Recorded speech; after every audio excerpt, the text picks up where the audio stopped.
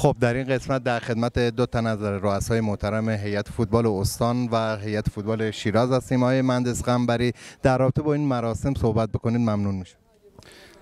بسم الله الرحمن الرحیم. ابتداً عرض تسلیت دارم خدمت جامعه ورزش ایران، به خصوص فوتبال و بخش فوتبال بانوان که یک ستاره فوتبال را از دست دادن.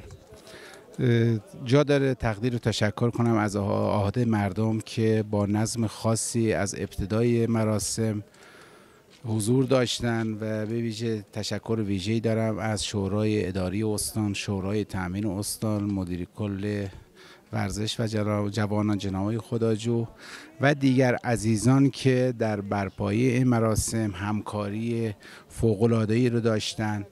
به ویژه تشکر ویژه دارم از سردار فرماندهی انتظامی استان سردار حبیبی که حق و انصاف در نظم و امنیت و همچنین پلیس راهور که در برقراری نظم ترافیکی مجدانه تلاش کردند و همکاری ویژه‌ای داشتند و همچنین از رسانه‌های عزیز بزرگوار که از ابتدای وقت امروز صبح حضور در مراسم در این مکان حضور داشتند و انشالله که خداوند توفیق بده که چنین اتفاقهای دیگر برای ورزش رخ نده.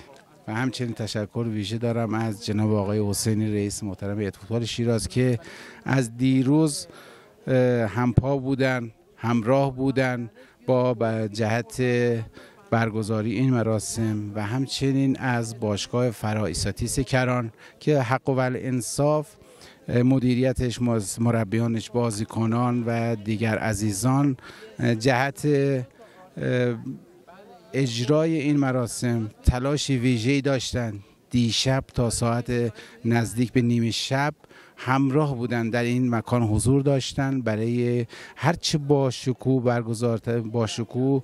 برگزار کردن برای این مراسم و امیدوارم که خداوند توفیقشون بده. هر کسی به هر نوعی تلاشی کرده انشالله خداوند اجر دنیوی و اخروی بهشون بده. و تشکر میکنم از نایب رئیس فدراسیون فوتبال سرکار خانم دکتر منظمی که حضور داشتن و هیئت همراهشون، باشگاه‌های خاتون بم، سیرجان، سپاهان اصفهان و همبازیانشون در تیم فرائیساتی، سرمربی تیم ملی بانوان و همه عزیزانی که در این مراسم حضور داشتن که با حضورشون این مراسم خیلی با شکوه برگزار شد و انشالله بتوانیم در ادامه راه ملیکاهای زیادی از این خطه تقدیم جمهوری اسلامی بکنیم. تشکر از شما. آقای مهندس حسینی، در رابطه با خود ملیکا محمدی صحبت بکنید و در ادامه هم لطف بفرمایید در رابطه با این مراسم چطور شد که مراسم رو به حافظی آوردید ممنون میشم. بسم الله الرحمن الرحیم و عرض سلام و ادب بندم به نوبه خودم، به جامعه ورزش، به خانواده محترم محمدی و رهنما و به فوتبال ایران تسلیت میگم. واقعا داغ خیلی بزرگی بود و یک شوک ناگهانی بود به فوتبال. خب خانم ملیکا محمدی با اینکه همه مستحضر هستن در کشور آمریکا زندگی میکرد و همونجور که مادرش داشت صحبت میکرد و رزومه‌شو میگفت پیشنهادات زیادی داشتن در کشور آمریکا، ولی به اون